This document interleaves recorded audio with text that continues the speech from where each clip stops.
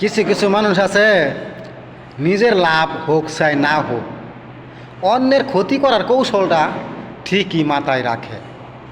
এই যেমন ধরেন, একই জিনিস আপনারও আছে, আপনার বন্ধুরও আছে, কিন্তু হঠাৎ করে আপনার একজন মহান ব্যক্তি এবং দরদি ব্যক্তি, পয়সাওয়ালা ব্যক্তি, আপনার আত্মীয়, উনি আপনার কাছে এসে আপনার সেই জিনিসটা গাছ থেকে নিজেই ছিঁড়ে ছিঁড়ে নিয়ে গেছে এবং মানবতার খাতিরে আপনাকে 250 টাকা কেজি দরে টাকা দিয়ে গেছে।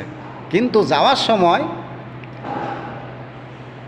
যে জিনিস আরেকজনের আছে বললাম, সেই লোকের সাথে দেখা হয়ে গেল রাস্তার মধ্যে।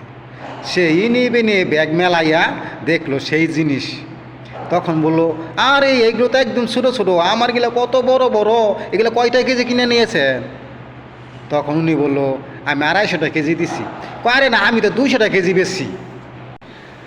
আরে বোকা, তুই যদি নিজের ছাপাই নাই গাইতি তাহলে তুইও তো 250 টাকা বেচতি।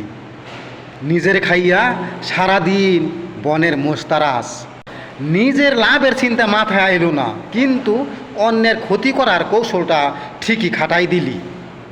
বন্ধুর কাছে বন্ধুকে ছোট কইরা দিলি। আমি বলি কি, অন্যের ক্ষতি না করে নিজের লাভের কৌশল খাটাও।